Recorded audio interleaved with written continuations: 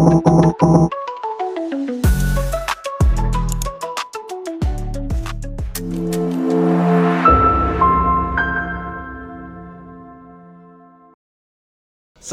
warahmatullahi wabarakatuh. Bertemu lagi di barungpodcast.com, yang mana kita ini merupakan sebuah podcast dengan konsep yaitu edukasi kepada sahabat-sahabat sekalian. Ada tamu spesial di bulan Ramadan ini, yaitu Mbak Silvi. Selamat datang Mbak Silvi. Ya, Mas Ulil.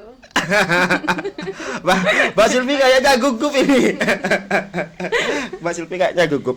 Oke, Mbak Silvi ini merupakan mahasiswa yang sekarang masih semester 6.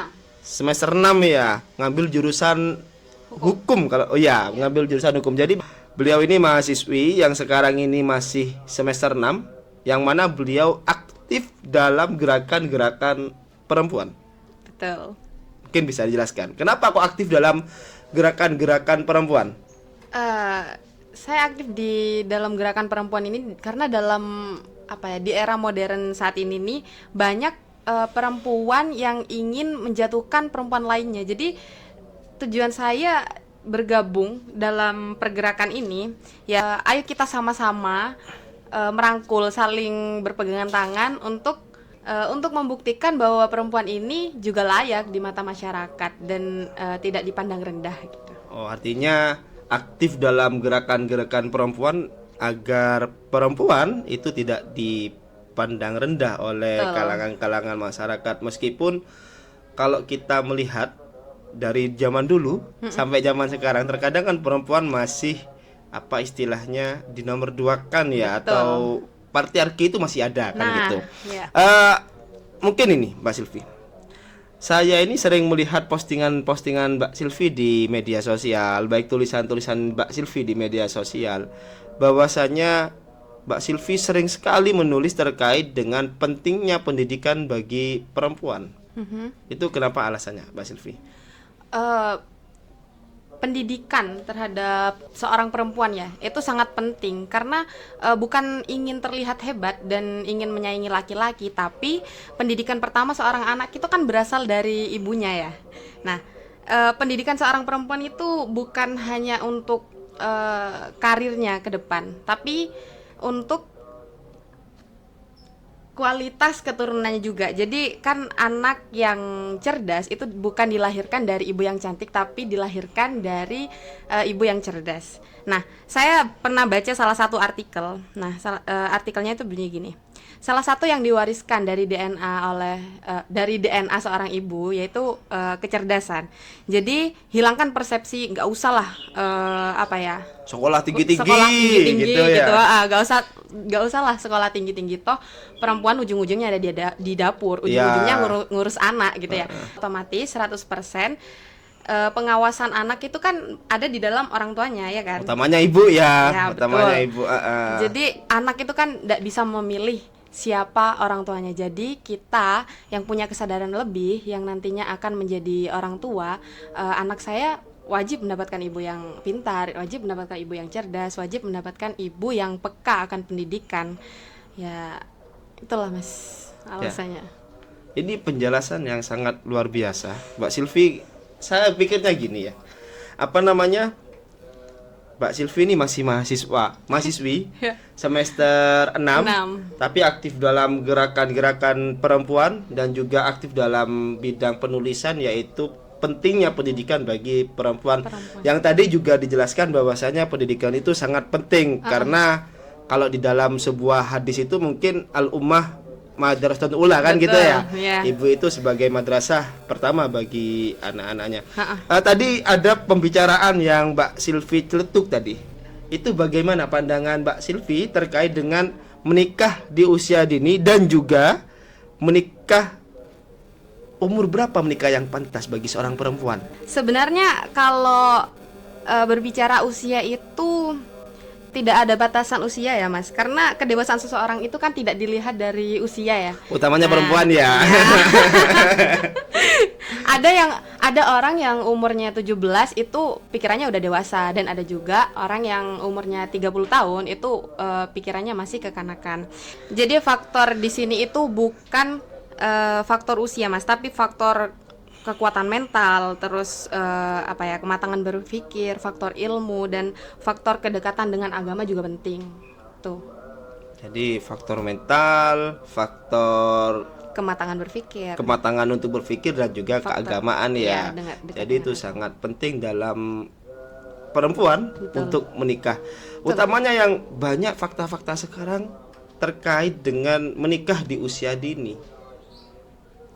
Kan banyak sekali tuh. Sangat marak sekali. Bahkan Probolinggo ini hampir berapa ya? Mungkin faktornya salah satunya yaitu terkait dengan pendidikan, betul, kematangan berpikir, dan juga faktor keagamaan. Mbak Silvi, bagaimana panjenengan melihat dengan efek terkait dengan pernikahan dini? Sebetulnya Mas, ada banyak resiko dari pernikahan itu sendiri. Dari segi kesehatan terutama ya. Jadi pernikahan dini itu beresiko terhadap kanker rahim kalau dari seorang ibu ya, dan berpotensi untuk melahirkan anak-anak yang stunting. Saya pernah baca di artikel itu. Terus dari segi ekonomi juga, pernikahan dini itu cenderung belum siap mengelola keuangan keluarga. Dan pernikahan dini juga rawan terhadap KDRT dan perceraian. Jadi nikahlah di usia yang tepat, bukan di waktu yang cepat. Wah, keren ini. Jadi menikahlah di usia yang tepat, tapi bukan di menikah di waktu yang cepat. Betul. Nah, ini perlu diperhatikan oleh sahabat-sahabat, penonton-penonton di rumah, dan juga anak-anak muda ya. Karena kebanyakan gitu sih. Artinya apalagi di desa. Lah ini iya benar. Jadi kalau di desa itu biasanya ketika dia sudah lulus SMP pun lulus SMP itu sudah banyakan yang menikah. Karena banyak saat teman-teman yang di desa itu perempuan lulus SMP dia menikah. Begitupun yang laki-laki. Dan sama. Pengaruhnya juga sangat betul apa yang disampaikan Mbak Silvi, yaitu bukan hanya terkait dengan perceraian, tetapi cara pengelolaan mungkin ya, manajemen keluarganya masih ekonomi masih kurang. Mbak Silvi, saya tertarik di tulisannya Mbak Silvi terkait dengan patriarki. Itu postingan Mbak Silvi terakhir terkait dengan patriarki ya. Kenapa Mbak Silvi kok menulis terkait dengan patriarki? Jadi Mas, patriarki sendiri itu kan di mana laki-laki memiliki dominasi ya, dan kontrol lebih besar dalam segala aspek. Nah, dalam tulisan saya itu kan gini, dalam masyarakat modern yang semakin menekankan kesetaraan, banyak yang menganggap patriarki sudah tidak relevan dan perlu diubah. Menghapus patriarki bukan berarti menghilangkan perbedaan gender, tapi memastikan bahwa semua orang memiliki kesempatan yang sama untuk berkembang. Nah, saya sangat setuju bahwa laki-laki lebih kuat daripada perempuan untuk mengangkat beban, misalkan batu besar. Laki-laki lebih bisa itu daripada perempuan secara fisik. Nah, kesetaraan gender adalah bentuk perjuangan kita sebagai perempuan untuk mendapatkan hak yang sama seperti laki-laki. Jadi laki-laki manusia bukan, manusia juga salah. Perempuan juga manusia kan. So sebagai sama-sama manusia di mata hukum maupun di mata masyarakat, kita mempunyai hak yang sama, dalam arti perempuan bisa memilih arah hidupnya sendiri, perempuan bisa memimpin arah hidupnya sendiri, perempuan bisa memilih jalan hidupnya sendiri, dan perempuan bisa diperdayakan cara berpikirnya agar sadar kita itu tidak tergantung dalam siapapun. Tuh. Mau perempuan sekolah S1, S2 sampai PhD pun they can do that. Tidak masalah ya. Tidak masalah. Jadi yang dimaksud dari persamaan gender yaitu bahwasanya perempuan itu juga memiliki hak yang sama. Betul. Tapi artinya banyak yang mengartikan bahwasanya persamaan gender ini perempuan sama dengan laki-laki, tapi yang dipandang adalah secara fisik. Kalau itu kan beda, karena itu kodrat. Tetapi artinya yang dimaksud sama ini adalah ya dalam kesetaraan itu adalah memiliki hak. Terus yang kedua, Mbak Silvi, ini terkait dengan fakta patriarki sampai sekarang. Ini kan masih banyak, utamanya kalau kita berbicara di pelosok, di desa, bahkan kota-kota yang pinggiran, kan gitu kan ya. Betul. Ini masih merajalela patriarki ini. Ya, kayak perempuan harus nurut dengan laki-laki yang berkuasa gitu ya. Nah, intinya laki-laki yang berkuasa kan gitu. Betul. Terus laki-laki boleh cari perempuan yang cantik, sedangkan perempuan tidak boleh cari laki-laki yang ganteng. Nanti dipandang, nanti dikiranya mandang fisik. Terus jangan pintar-pintar, nanti jangan pintar-pintar jadi perempuan, nanti laki-lakinya minder, sedangkan laki-laki dituntut untuk menuntut ilmu setinggi-tingginya, nanti perempuannya baru mengejar gitu. Terus kalau perempuan tidak bisa memberi keturunan, banyak laki-laki yang tidak bisa menerima, tapi kalau laki-lakinya yang mandul, perempuan harus bisa menerima. Perempuan kalau sering keluar malam dianggap tidak benar ya, sedangkan untuk laki-laki itu dinormalisasi. Perempuan kalau tidak bisa make up itu dipandang tidak bisa mengurus diri, sedangkan perempuan itu make up dikiranya menggoda laki-laki. Jadi banyak, Mas. Nah, sedangkan lakalnya laki-laki nanti harus menikah dengan perempuan yang baik, sedangkan perempuan yang dicap nakal itu tidak pantas untuk mendapatkan laki-laki yang baik. Dan perempuan yang bisa cari uang sendiri itu disebut kapitalis, sedangkan perempuan yang bergantung pada laki-laki itu disebut materialistis. Nah, kenapa banyak perempuan yang tidak mau tidak berani speak up? Ya karena kita hidup di dalam patriarki itu sendiri sebetulnya. Perempuan yang banyak bicara itu biasanya kan cerewet, banyak ribet gitu ya. Terus banyak nanya, wah ini pasti banyak maunya nih gitu kan. Jadi dari segi lingkungan sudah membatasi itu semua, Mas. Jadi kenapa orang nggak mau speak up? Itu karena menghindari konflik, kebanyakan seperti itu faktanya seperti itu ya. Nah, perempuan tidak menanggapi hal tersebut karena tidak ingin tidak ingin untuk menghindari konflik. Iya, tidak ingin cekcok, menghindari konflik dan sebagainya. Bahkan apalagi yang sudah berkeluarga ya. Kalau yang sudah berkeluarga, kalau mungkin laki-lakinya yang istilahnya laki-laki itu terlalu mengekang seorang perempuan ini, semisal mengekang perempuan, maka kan ketika istri mau keluar, ketika istri mau belanja ataupun mau, terkadang kan dilarang. Betul. Terlalu dikekang ya. Padahal secara kalau saya bukan membaca secara itunya ya, tapi kalau saya itu membaca secara mungkin secara psikologi, bahwasanya perempuan itu juga membutuhkan kesenangan, kan kira-kira seperti itu ya. Apalagi seorang istri itu membutuhkan kesenangan. Mbak Silvi, terkait dengan pengaruh patriarki itu bagaimana menurut panjenengan? Pengaruh patriarki ya, Mas. Patriarki tidak hanya memberikan dampak negatif terhadap perempuan, tapi juga mempengaruhi hidup laki-laki. Sistem patriarki dapat menciptakan tekanan dan ekspektasi yang tidak realistis terhadap laki-laki itu sendiri. Biasanya kan memaksa untuk mematuhi norma yang mungkin tidak sesuai dengan kehendaknya laki-laki sendiri. Oleh karena itu, penting bagi kita untuk mengakui bahwa patriarki itu bukanlah masalah eksklusif gender, melainkan tantangan bersama yang perlu dipecahkan demi menciptakan masyarakat yang lebih adil dan merata gitu.